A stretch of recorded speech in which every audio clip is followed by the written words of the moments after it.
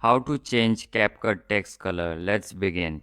First of all, you need to open the CapCut application.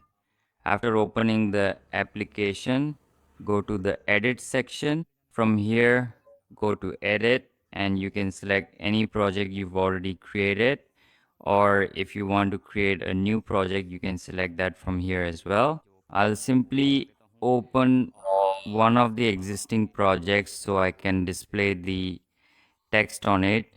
After that, you'll see an option here for text. You need to click on it. There's an option to add text. Click on it, and here you can write any text you want. For example, I'll write my name here. Now, as you can see, the text color here is white. First, notice that you can change your font from here. The first font here is something else, and the trending fonts are also available here. You can download any of these fonts and use them. For example, I'll use this font from here. So you can see that the font has been updated.